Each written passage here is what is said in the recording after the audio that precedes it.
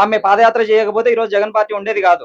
దాని మీద 100% చేయించుంటారు అని చెప్పొచ్చు. 99% కూడా కాదు. ఎందుకంటే ఆల్రెడీ ఆధారాలు ఉన్నాయి. ఇప్పుడు చంద్రబాబు గారిని, రేవంత్ రెడ్డిని ఇరికించారు అప్పుడు. తర్వాత రీసెంట్ గా పెద్ద పెద్ద వాళ్ళందరూ కూడా ఫారిన్ కి పారిపోయారు కదా. అంటే అందులో ఇన్వాల్వ్ అయిపోయినటువంటి ఐపీఎస్, ఐఏఎస్ క్యాడర్ లో ఉన్నటువంటి వాళ్ళందరూ కూడా ఫారిన్ కి పారిపోయిన విషయం మనకందరికీ తెలిసిందే. ఏంటి, రేవంత్ రెడ్డి గవర్నమెంట్ వచ్చాక. కాబట్టి ఫోన్ ట్యాపింగ్ అయితే డౌట్ లేకుండా కేసీఆర్ కి, కేటీఆర్ కి అదొక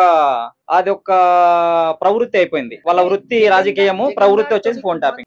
ఇక్కడ షర్మిల గారిని టార్గెట్ చేయాల్సిన అవసరం వాళ్ళకి ఏంటి? జగన్ గారితో కుమ్మక్క అవడానికి, షర్మిల విషయం కాసేపు పక్కన పెట్టేస్తే జగన్ గారితో కుమ్మక్క అవడానికి కారణం ఏంటి అంటే, రేవంత్ రెడ్డి గెలవడానికి ముందు మీకు ఒక ఎగ్జాంపుల్ చెప్తాను.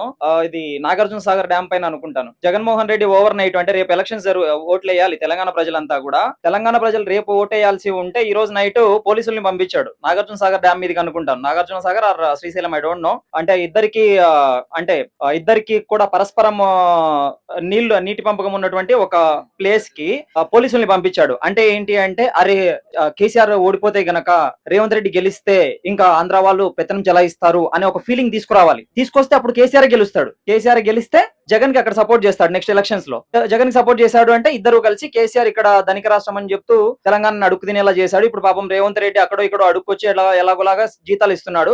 అలాగే అక్కడ కూడా మా రాష్ట్రాన్ని అయితే, మాది ఆల్రెడీ అడుగు తిన్న రాష్ట్రమే, ఏమి అమరావతి అంటే రాజధాని కూడా లేకుండా అడుగు తింటున్న రాష్ట్రము. దాన్ని ఆ ఉన్న సహజ వనరులు ఆంధ్రాలో ఎంతగా ఉన్నాయో తెలుసు. అవన్నీ మొత్తం లేపేశాడు. కొండలకన్నింటికి గుండ్లు కొట్టేసి వాళ్ళ ఎమ్మెల్యేలు మట్టితో సహా దోచుకున్నారు. అలా దోచుకోవడం కోసం పరస్పర సహకారంలో భాగంగా ఒకరికొకరు హెల్ప్ చేసుకుంటారు. ఎవరు? KCR family, Jagan family. అయితే ఇక్కడ షర్మిల ఇన్వాల్వ్మెంట్ ఏంటి అంటే, షర్మిలకి ఆస్తి విషయాల్లో తగాదాలు ఎప్పుడైతే వచ్చాయో, ఆవిడ ఏదో గొప్ప వ్యక్తి అని నేను చెప్పను. అన్న కోసం, అంటే మా నెత్తిన జగన్ ని పెట్టడంలో, అంటే మా ఆంధ్ర ప్రజల నెత్తిన జగన్ ని పెట్టడంలో కీలక పాత్ర పోషించింది.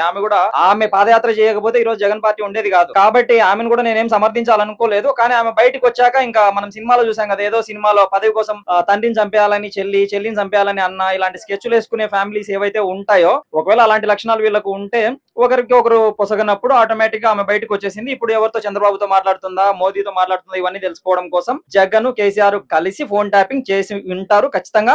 ఆల్రెడీ చాలా సంఘటనలు జరిగాయి కాబట్టి 100% చేశారు. ఇప్పుడు ఎప్పుడో జరిగిందని ఇన్ని రోజుల పాటు సైలెంట్ గా ఉండి సడన్ గా ఇప్పుడే ఎందుకు చెప్తున్నట్టు షర్మిల ఇప్పుడే ఎందుకు చెప్తున్నారు అనేది, ఆమె యొక్క ఇంటెన్షన్ ఏంటి అనేది మనకు తెలియదు. ఎందుకంటే ఇప్పుడు నువ్వు ఒక మంచి బలమైనటువంటి స్థానంలో ఉన్నప్పుడు నీతో నేను పోరాడకుండా సైలెంట్ గా ఉండటం మంచిది. నువ్వు కొంచెం బలహీన పడ్డప్పుడు నువ్వు నాకు చేసిన ద్రోహాలన్నీ చూసుకునేసి ఇంకా నాకు సహకారంగా వచ్చే వాళ్ళు ఎవరైనా ఉంటే వాళ్ళతో కలిసి నీ మీద వేటేయడం అనేది ఒక స్ట్రాటజీ అన్నమాట. ఇప్పుడు ఇక్కడ కేసీఆర్ బలహీనపడ్డాడు, అక్కడ జగన్ బలహీనపడ్డారు. వీళ్ళిద్దరు కలిసి ఒక ఆడపిల్ల ఫోన్ ట్యాప్ చేయడం ఏంటండి? షర్మిల గురించి పక్కన పెట్టేదాం కాసేపు.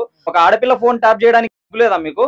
జగన్ కావచ్చు, కేసీఆర్ కావచ్చు, అసలు మీ ఒక బతుకులా అసలు అలాంటి పనులు చేయటం అనేది చాలా తప్పు కదా. కాబట్టి ఆమె కూడా మనసులో పెట్టుకుంది, నా ఫోన్ ట్యాప్ చేశారు కదా, ఆమెకి ఒక పర్సనల్ లైఫ్ ఉంటుంది. ఫోన్ ట్యాప్ చేయడం అంటే అన్ని విషయాలు తెలుస్తాయి. ఇప్పుడు ఫోన్ లోనే కదా మన జీవితం అంతా ఉంటుంది.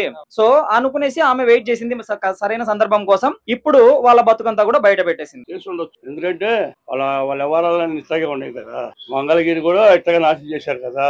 జగన్ గారిని రప్పించి ఏం చేశాడు? జగన్ గారు నాశనం చేసి వదిలిపెట్టాడు. ఇప్పటికి బుద్ధి లేదు. ఎవడో సచ్చినోడికి వస్తున్నాడు, గంజా దమ్ము తాగినోడికి వస్తున్నాడు. ఈయన చేసే నాయకుడు ఒక ముఖ్యమంత్రి ఆ పనులు చేయొచ్చా? అసలు ముఖ్యమంత్రి అసలు ఒక మాజీ ముఖ్యమంత్రి విషయం పక్కన పెడితే, సొంత అన్న, సొంత చెల్లి, తల్లి విషయంలో ఈ విధంగా వ్యవహరించడం కరెక్టే అంటారా? తప్పండి అది. ఒక తల్లికి పుట్టినోళ్ళకి ఇద్దరు, ఒక తల్లికి పుట్టినోళ్ళే కాబట్టి తప్పది. చెల్లెల్ని తీర్చిస్తారు దేశంలో మొత్తం. నిన్ను తిట్టినట్టే కదా, ఏంది? అమ్మని తిట్టినా నిన్ను తిట్టినట్టే కదా. ఎందుకు ఆ పని చేస్తాం? తప్పు కాదు. బుద్ధి తక్కువ మాటలు. ఏంది చీర కట్టుకున్నది మాత్రాన పసుపు చీర కట్టుకుందని అంటే అట్ట ఏంది? అది పద్ధతి కాదు.